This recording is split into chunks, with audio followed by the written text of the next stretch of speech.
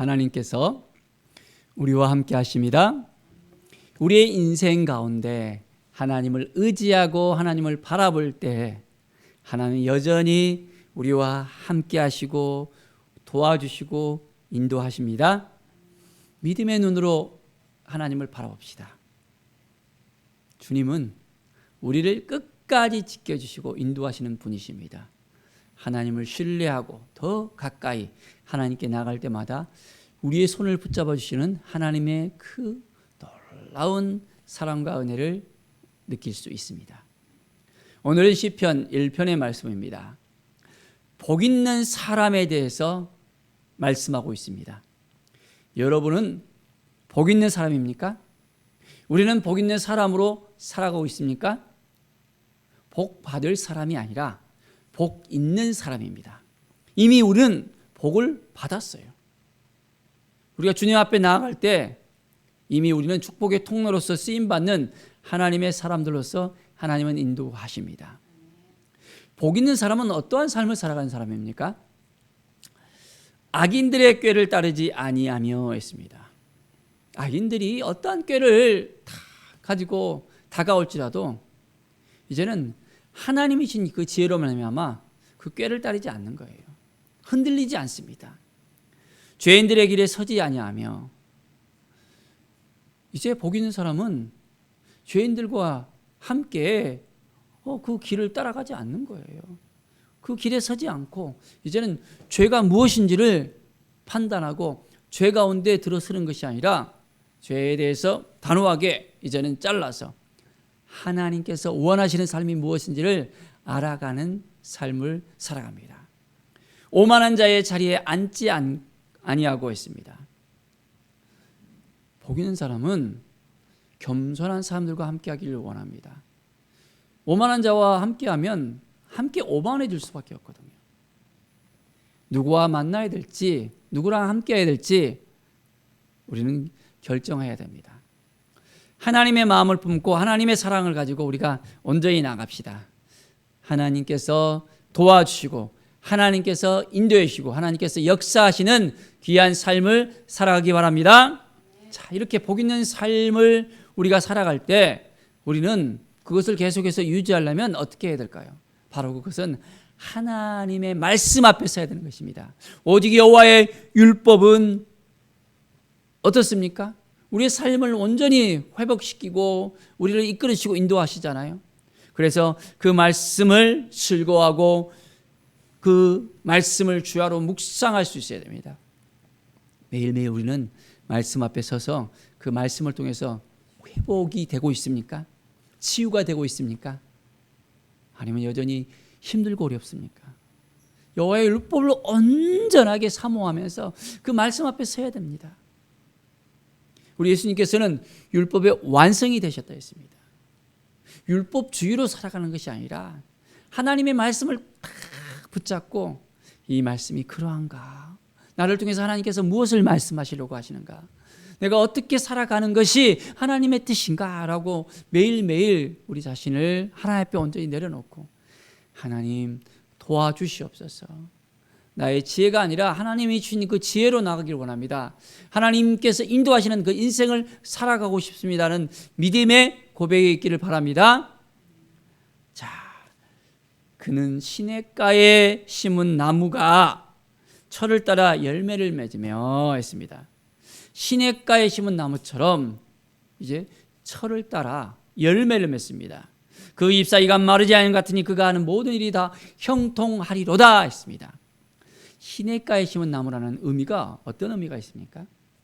자, 우리나라는 사시사철 어디에 있든지 나무들이 푸르고 아주 잘 자랍니다. 왜 그렇죠? 강수량이 있어서 나무들이 아주 잘 자랍니다. 그런데 유대 이 지역에 있어서는 그렇지 않아요. 비가 우리나라처럼 이렇게 많이 오지를 않습니다.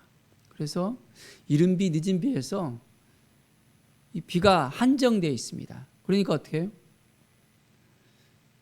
요단강을 낀 물이 있는 곳 외에는 굉장히 나무들이 잘 자라지를 못합니다. 그래서 광야 지역이 많이 있고 또 지대가 굉장히 높거든요. 고산지대에 있습니다. 예루살렘도 그렇고 모든 그 도시들이 굉장히 500고지, 600고지 굉장히 높은 그런 위치에 있습니다. 그러니까 더 땅이 말라 있는 걸 볼 수 있습니다. 그런데 나무가 시냇가 옆에 딱 심겨 있을 때 어떻게 됩니까? 아주 사시사철 푸르르 잎사귀가 이렇게 왕성하게 나와주고 그 열매를 맺을 수 있다는 것입니다. 바로 복 있는 사람은 아주 열매를 온전하게 잘 맺을 수 있습니다. 우리는 복 있는 사람입니까? 그렇다면 하나님이 주신 그 은혜로 말미암아 날마다 열매 맺는 삶을 살아갑니다. 그가 하는 모든 일이 형통하다 했습니다. 자, 하나님이 함께 하시고 하나님이 도와주시고 하나님이 우리에게 복을 주시면 형통하게 되어집니다. 자, 형통하다는 의미가 무엇입니까? 누가 형통한 삶을 살았죠? 요셉을 보십시오. 그가 형들로 인해서 미움을 받고 애굽으로, 그 이집트로 이제 노예로 팔려갔잖아요. 종이 되어져서 보디발의 집에 가 있었는데 요셉은 항상 하나님과 함께하는 삶을 살아갑니다. 하나님을 의지하고 하나님을 신뢰하고 하나님을 바라봅니다. 그러니까 어떻게 해요? 그와 함께 하십니다. 그래서 그가 하는 모든 일들이 형통하였더라 했습니다. 그것을 보디발이 그것을 보고 뭘 맡기든지 다 형통하는 거예요. 그러니까 어떻게 해요? 다 맡기고 싶어 하죠. 근데 그의 아내로 인해서 누명을 씌우고 이제는 감옥에 들어갔잖아요. 감옥에 들어갔는데도 어떻게 합니까? 그 간수장이 이 요셉을 보고 어떻게 저렇게 형통함이 있는지 그가 그것을 발견하고는 그 감옥 안의 모든 일을 갖다가 다 요셉에게 다 맡길 정도가 되어지는 것입니다. 참 하나님이 함께 하시는 형통함, 우리의 인생 가운데 하나님의 은혜 가운데 형통함의 역사가 넘쳐 흐르기를 바랍니다. 어디를 가든지 무엇을 하든지 주님이 도와주시는 인생 살아가는 거예요. 우리가 공고하십니까? 힘들고 어렵습니까? 낭망한 일이 생겼습니까? 누구를 바라봐야 되죠? 우리 주님을 바라봐야 됩니다. 내가 하려고 하면 너무 힘들어요. 내가 하려고 하면 어떻게 해야 되지 하면서 막 이제는 힘이 쭉 빠지기도 하고 어떻게 해야 되지 고민스럽지도 합니다. 그런데 하나님을 바라보면 하나님이 도와주시면 하나님이 인도해 주시면 하나님이 역사해 주시면 우리의 인생이 탄탄대로 잘 되어질 것을 믿습니다. 자, 악인들은 하나님이 도와주시나요? 도와주시지 않잖아요. 그들이 하나님을 온전히 섬기지도 않고 바라보지도 않고 하나님을 따르지도 않으니까 바람에 나는 겨와 같다 했습니다. 흔들리는 그 삶을 살아가는 거예요. 이리 흔들리고 저리 흔들리고 아주 고달픈 삶을 살아갑니다. 그래서 이제 마지막 심판대 앞에 딱 섰을 때도 그들은 그 심판을 이제는 벗겨나가지 못하는 것을 우리는 분명히 알아야 됩니다. 우리는 의인입니까? 악인입니까? 우리는 죄인입니까? 의인입니까? 우리는 분명히 알아야 돼요. 예수 그리스도로 말미암아 우리의 삶은 변화되어졌습니다. 전에는 우리가 죄인이었잖아요. 죄 가운데 빠져서 그 죄를 해결할 수 없는 사람들이었습니다. 그런데 예수 그리스도의 그 보혈의 피로 말미암아 우리는 그 모든 죄값을 우리 주님께서 담당하심으로 말미암아 우리는 죄의 길에서 벗어나게 되었습니다. 그 죄를 온전히 씻음 받았습니다. 무엇으로? 바로 예수 그리스도의 보혈로. 우리가 예수 그리스도를 믿고 따르고 모든 죄를 다 고백하면 바로 요한일서 1장 말씀과 같이 우리의 모든 죄를 다 이제는 깨끗게 하신다는 그 말씀에 따라서 우리는 의인의 삶을 살아가게 되어집니다. 자, 그러면 우리는 죄인입니까? 의인입니까? 그렇습니다. 우리는 용서받은 의인입니다. 여전히 우리는 죄인일 수밖에 없지만은 예수 그리스도의 그 은혜로 말미암아 주님이 대신 우리의 죄를 지심으로 말미암아 아무런 죄가 없으신 그분이 바로 하나님의 아들이신 예수 그리스도를 통해서 우리는 그 죄값을 깨끗하게 이제는 대속을 받게 되어졌습니다. 이것을 우리가 알고 온전한 마음으로 날마다 나가는 거예요. 그러면 매일의 삶이 더욱더 하나님 앞에 섰을 때 하나님께서 인정해 주시는 삶을 살아가게 되어집니다. 자, 의인들의 길은 여호와께서 인정하신다고 했습니다. 우리는 의인입니까? 악인입니까? 의인입니까? 죄인입니까? 네, 그렇습니다. 하나님께서 우리를 인정해 주세요. 우리는 죄인으로서 더 이상 죄 가운데 빠져서 의인의 삶을 살 수도 없었지만은 누구를 통해서? 바로 하나님께서 마련하신 그 예비하신 그 계획을 따라서 십자가를 통해서 온전히 우리가 의인의 길에 들어설 수 있었다는 이 사실을 알아야 됩니다. 정말 기쁘십니까? 그렇습니다. 우리의 삶에 있어서 이제는 더 이상 방황하지 않는 거예요.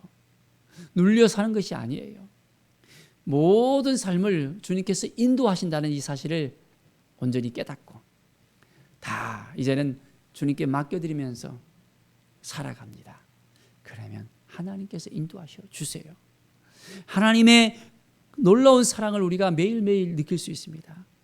나를 통해서 행하시는 하나님의 놀라운 그 계획하심, 그 인도하심. 하나님은 지금도 살아계셔서 역사하신다는 것, 우리의 모든 삶 가운데 동행해 주시고 우리의 삶 가운데 함께 하시길 원하시고 우리가 하나님 앞에 더 가까이 나오길 원하시고 우리와 함께 교제하기를 원하시고 우리를 통해서 하나님의 의를 드러나기를 원하십니다. 하나님께서 우리를 통해서 영광 받으시기를 원한다는 이 사실을 우리가 분명히 깨닫고 하나님 여전히 부족하고 나약하고 아집 속에서 오만 속에서 때로는 우리가 살아가기도 합니다. 우리를 잘 보지 못하는 경우들이 있어요. 내가 어떠한 삶을 사는지를 깨닫지 못하는 경우도 있습니다. 그런데 예수님 앞에 딱 우리가 쓴다면 주님께 우리의 모든 것을 다 보여드리고 이제는 하나님 앞에 쓴다면 하나님이 우리를 만져주신다는 것을 알아야 됩니다. 우리를 깨끗게 해주시고 사랑하는 아들아 딸아 하시면서 우리의 슬픔을 우리의 힘들고 어려운 점들을 우리의 낭망함을 우리의 오만을 우리의 교만을 이제는 완전하게 제거시켜 주시고 하나님을 닮게 하십니다. 예수 그리스도를 닮게 하십니다. 이제는 하나님의 성품에 우리를 참여시키기를 원하십니다. 그래서 복된 길로 인도해 주시고 축복의 사람으로 살아가게 하십니다. 바로 우리가 예수 그리스도를 만남으로 말미암아 우리는 복 있는 사람이 되었습니다. 의인이 되었습니다. 확신 있는 삶을 살아야 돼요. 예수님을 만났기 때문에 우리는 날마다 이제는 새로워집니다. 새로운 피조물로서 날마다 새로워집니다. 확신을 가지고 살아가는 거예요. 하나님이 얼마나 우리를 사랑하시는지 깨달아 알아야 됩니다. 우리를 너무 사랑하셔서 독생자 그 아들까지 주셨잖아요. 예수 그리스도를 우리에게 주신다는 것이 쉬운 일이겠습니까? 아니잖아요. 하나님의 그 계획하심, 바로 그것은 우리를 지으시고 이제는 하나님의 영광이 되기에 충분하도록 우리를 정결케 해주시고 우리를 죄 가운데 살아가는 것이 아니라 의로운 하나님의 자녀들로서 새롭게 불러주시고 이제는 하나님의 계획하심 따라서 하나님 나라의 온전한 하나님의 자녀로서 백성으로서 우리가 살아갈 수 있도록 인도해 주십니다. 하나님의 그 놀라운 사랑을 오늘도 깨닫고 우리가 모든 걸 하나님께 맡겨드릴 때 우리의 삶은 더욱더 형통한 삶으로 하나님께서 인도하십니다. 날마다 이 믿음을 지켜나가면서 하나님과 동행하는 우리의 삶이 되기를 간절히 축원드립니다. 기도하겠습니다. 하나님 감사합니다. 매일의 삶이 하나님께서 도와주시고 하나님이 인도해 주시고 하나님이 역사해 주시는 귀한 삶을 살게 하여 주시옵소서. 복 있는 사람으로 우리가 온전히 한 걸음 한 걸음 걸어가게 하시고 주님이 인도하여 주셔서 더욱더 형통할 수 있도록 우리의 모든 걸 다 내려놓고 이제는 우리의 교만도 아집도 우리의 자랑도 다 내려놓고 주님만 바라보게 하여 주시옵소서. 주님의 뜻이 무엇인지를 깨달아 알게 하여 주시고 주님과 동행하는 삶, 하나님의 성품에 참여하고 하나님의 영광을 드러내는 귀한 은혜의 삶을 살아가게 하여 주시옵소서. 감사드리며 예수 그리스도의 이름으로 기도드립니다. 아멘.